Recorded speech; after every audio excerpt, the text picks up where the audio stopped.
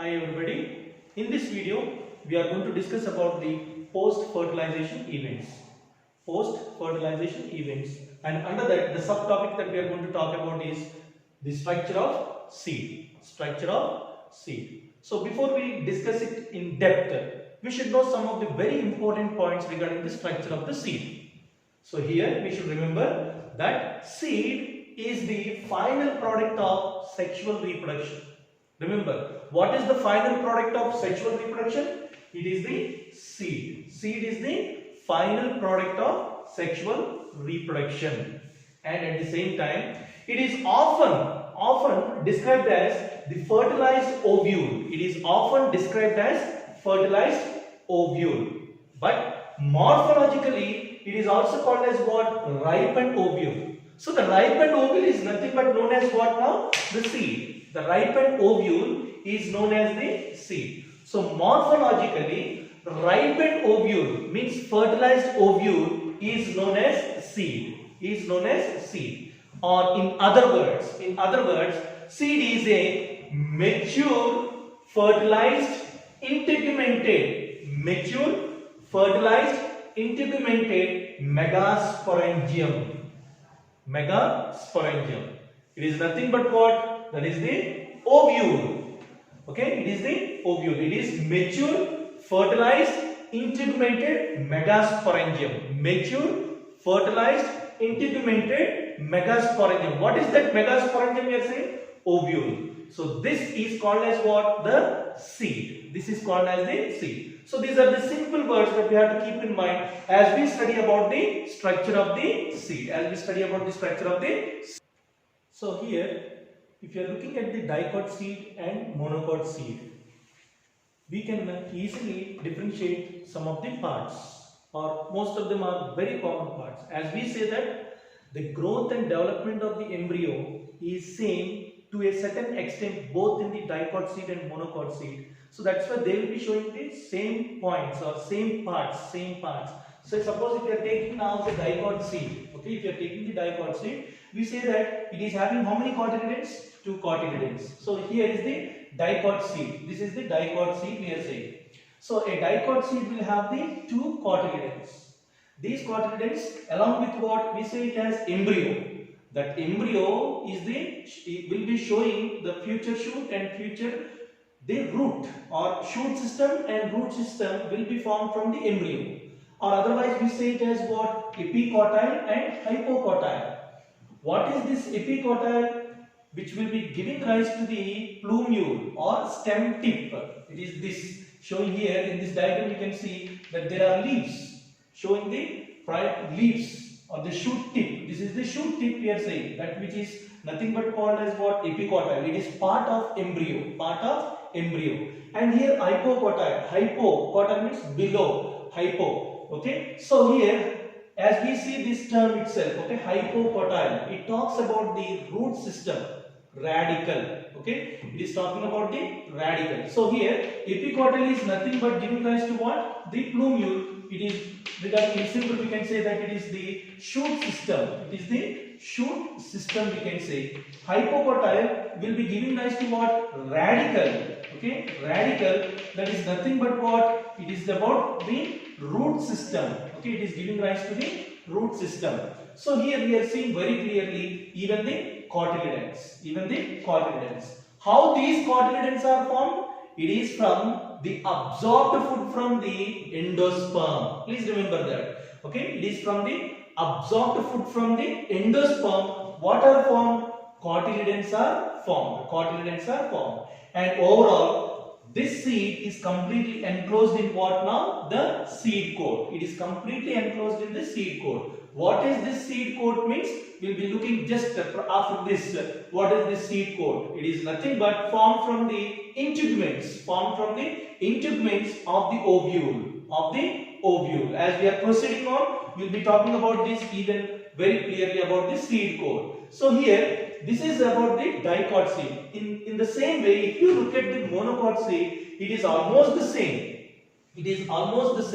Here if you see the scutellum. What is this scutellum? It is nothing but the cotyledon.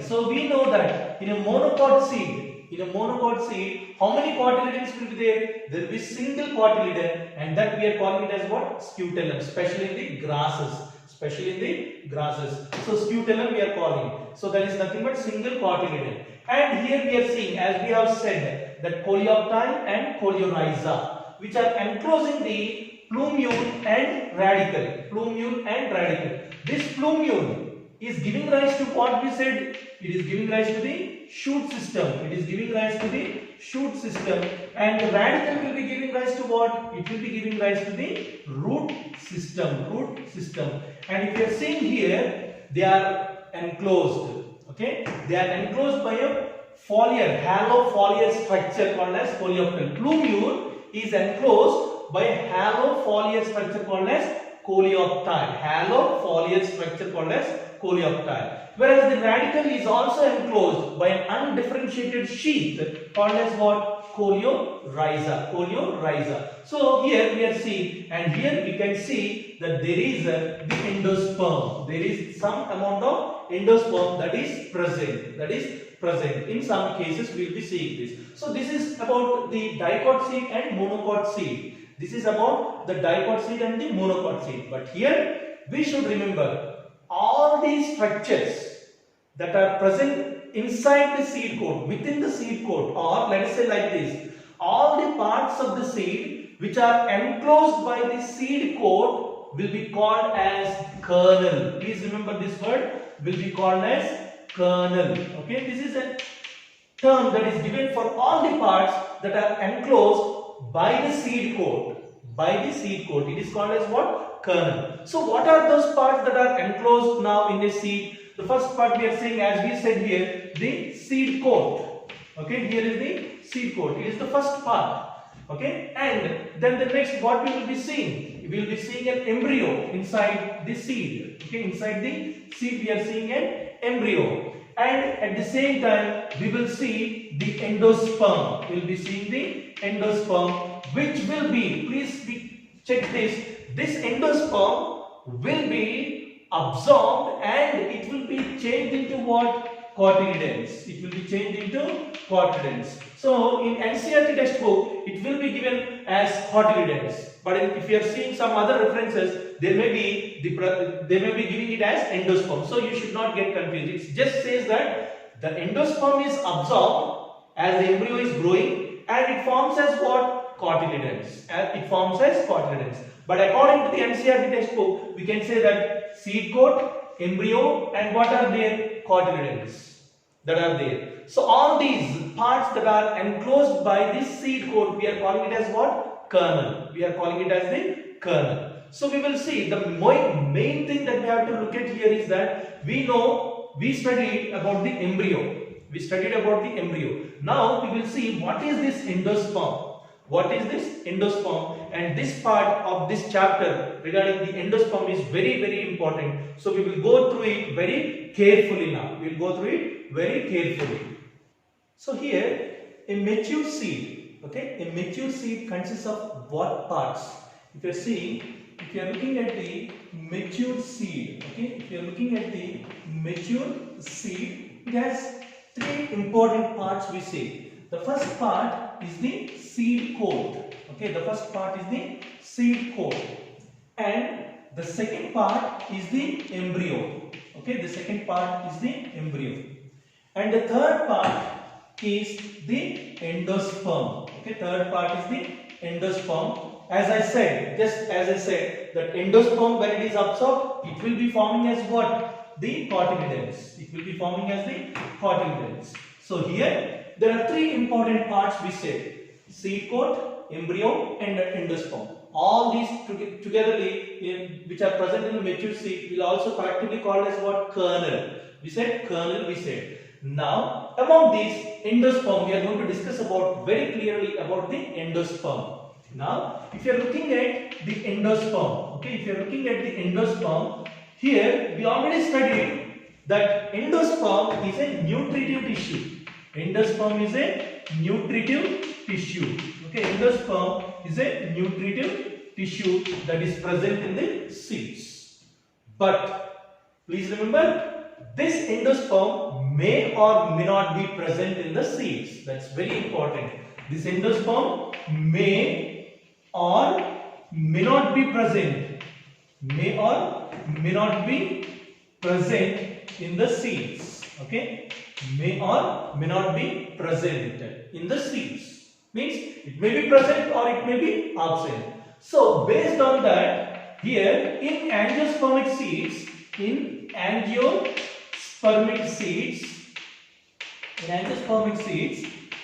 based on the presence and absence of the endosperm. Okay, in angiospermic seeds, based on what? Based on presence or absence of endosperm. Now the seeds are grouped into two types or classified into two types. The seeds are classified into two types based upon the presence or absence of what? The endosperm. Which means now it is very clearly understood that some seeds will be having what? The endosperm, and some seeds they may not be having the endosperm. So based on that, we will be saying that there are two different types of seeds, okay, based on the presence and absence of endosperm. So what are those? The first one, based on the presence or absence of the endosperm, we can say that there are two types. The first one we can say that as non-endospermic seeds. Okay, non-endospermic they may be called, or otherwise they are called as what? X-albuminous seeds. X-albuminous seeds. Okay, X-albuminous seeds. Or otherwise there is another one called as what? Non-albuminous seeds. All these indicates what now? That the seeds do not contain the endosperm. Means what? We are using these terms for a seed when the seed is not containing the endosperm. In the same way, some seeds may contain or will be containing what? The endosperm. Such seeds which are containing the endosperm will be called as what? The endospermic seeds. Okay, endospermic seeds. Okay, endospermic seeds we call them as. Or otherwise what we call them as? We call them as albuminous seeds. Albuminous seeds. So you have to remember that most of the times, okay, in any entrance exam you will be coming across these questions regarding based upon the albuminous and non-albuminous seeds. So here what we said, there may be endosperm or may not be the presence of endosperm in the seeds. If the endosperm is present, which is what? Nutritive tissue, we are calling them as what? Endosperm seeds or albuminous seeds. If the endosperm is absent, we are calling them as non-endospermic, X-albuminous or non-albuminous seeds we are calling them as. So we will see now non-endospermic or X-albuminous seed or non-albuminous seed. Non-endospermic seed, X-albuminous seed or non-albuminous seed. What does it mean? That they do not have what? The endosperm. So here, in these types of seeds, endosperm is completely consumed by the developing embryo. So the endosperm is completely consumed by what? The developing embryo. Embryo will be completely absorbing this endosperm. Already we said what is endosperm? It is a nutritive tissue rich in food material. What could be that food material? Means that rich in present in endosperm means, please remember, we can say that it is the starch. Okay, it is the starch. Remember that endosperm is rich in starch. So all that endosperm is completely consumed by the developing embryo. So once it is completely consumed, what does it mean? There is no endosperm. So when there is no endosperm in a seed, we are calling it as what? Non-endospermic or X-albuminous seed. or non-albuminous seeds we are calling. So now endosperm is completely consumed by the embryo. Then where this embryo is storing that nutritive material? Now that is being absorbed as the food material, which is now stored in the cotyledons. So in simple we can say that when the embryo completely consumes this endosperm, it is again storing this nutritive or food material in the form of what? Cotyledons. It is storing the food material in the form of cotyledons. What is storing? Embryo is storing. How the embryo is getting that food material? It is from the endosperm. So there is no more endosperm, but it is now absorbed by the embryo, and embryo is storing that food material in the form of cotyledons. That's why in this case, the cotyledons will become large and fleshy. The cotyledons will become large and fleshy. Why they are large and fleshy now? Because they are rich in what? The food material.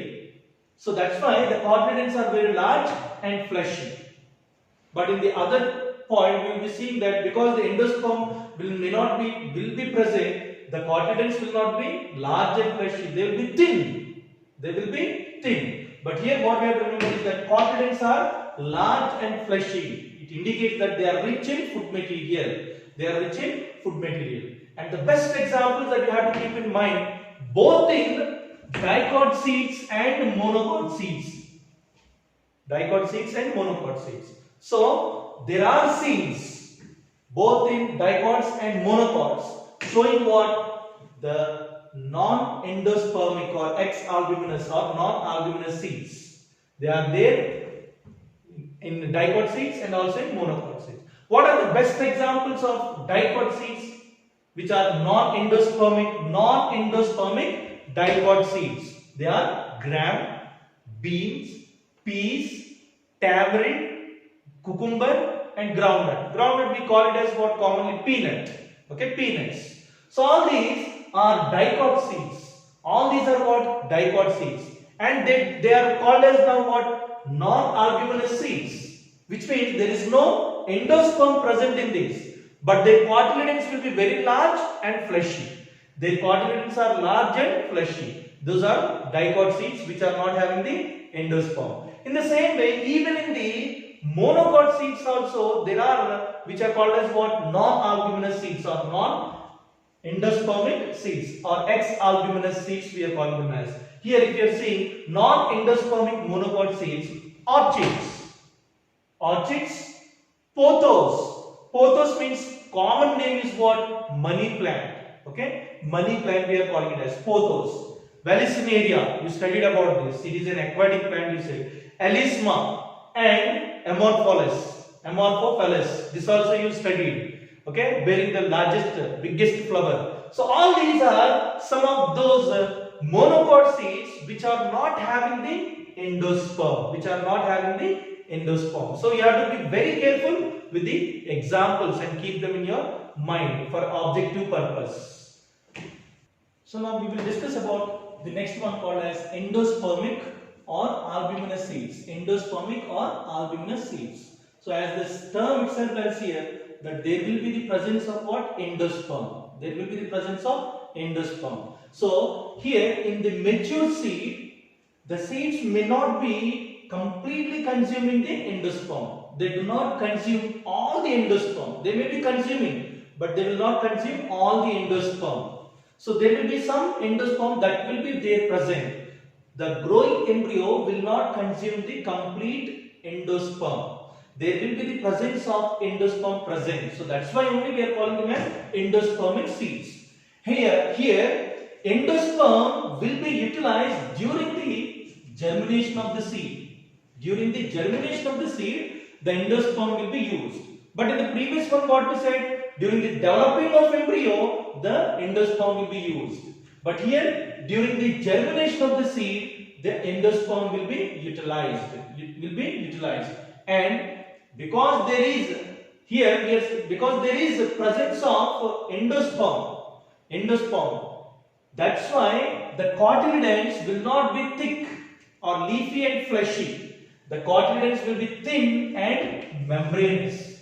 They are thin and membranous because the cotyledons are not completely filled with the nutrients or food material that is absorbed from what? Endosperm. No, isn't it? They are not having the full nutritive material that is absorbed from the endosperm. That's why cotyledons will be thin and membranous. They are thin and just like a thin membrane, they will be present, the cotyledons. It's all because of what? Endosperm is not completely absorbed. In the previous one we said when the endosperm is completely absorbed, it is now stored in the cotyledons for the developing plant or the embryo, which will be growing into a future plant, we said. But here the cotyledons are not containing complete endosperm. That's why they are thin and membranous. So all that there is persistence of the endosperm present here. So some of the best examples if you can see here showing the presence of endosperm, okay, in dicot seeds. There are dicot seeds which will be showing the presence of endosperm. Like what? Very important one is the castor.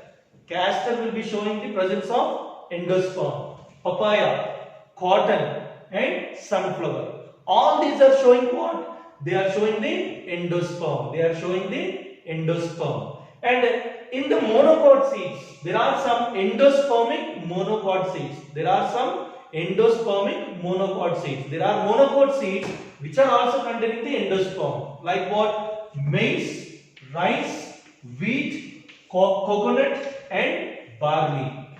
Maize, rice, wheat, coconut and barley. All these are monocot seeds which are showing the presence of what? The endosperm.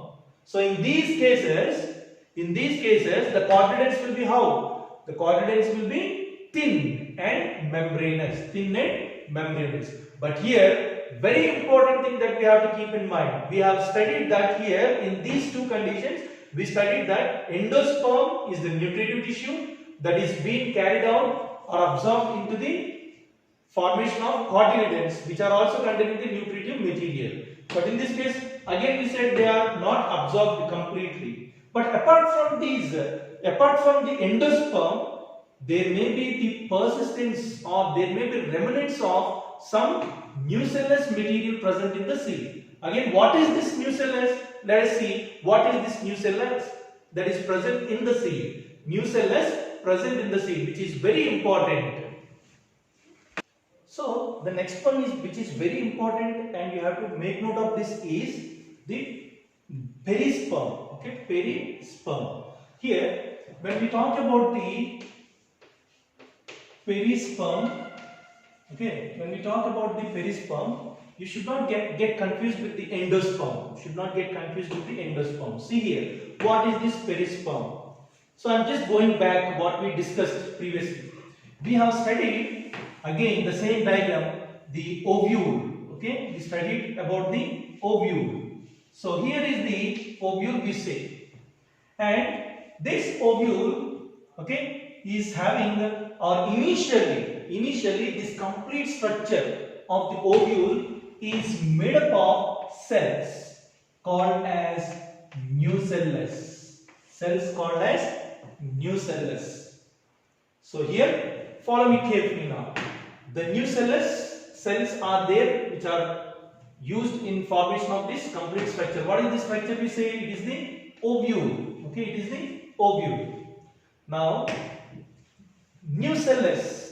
When we say nucellus, okay, when we say nucellus, these nucellus cells are also rich in what? Food material. Are also rich in food material. It is from these nucellus cells, what is absorbed is the food material is absorbed, which is used or stored in the endosperm. Follow me carefully. Which is stored in the endosperm now. So from we said endosperm is what? It is a nutritive tissue we said. Then how this endosperm is getting the food? Direct point is that it is from the plant. But how? What are those cells from which the endosperm is absorbing the nourishment for the developing embryo to provide for the developing embryo? The endosperm is absorbing the nourishment from the nucellus cells of the ovule. Now nucellus which is containing so much of food material is absorbed by the endosperm, and as the endosperm absorbs this, what happens to this now? It gets diminished, degenerates, disappears. The nucellus cells will be disappearing. And now what we said just regarding with the albuminous seeds, the endosperm will be now absorbed, and in some cases what we said, it is used in formation of what? Cotyledons. And these cotyledons are also rich in what? Food material. So here, remember and follow it carefully. Cotyledons, endosperm or nucellus cells are rich in what? Raw food material. So cotyledons are getting the absorbing the food from what? Endosperm. How the endosperm got the food? It is from the nucellus cells. So nucellus is used as food material and absorbed. Nucellus is rich in food material is absorbed by the endosperm, and endosperm which is rich in food material is absorbed by the cotyledons. So here, in most of the cases, what we say that nucellus completely disappears. Nucellus completely disappears. But in some cases, there will be the persistence of nucellus, remnants, leftover parts. There will be remnants of nucellus that will be present even after formation of the seed.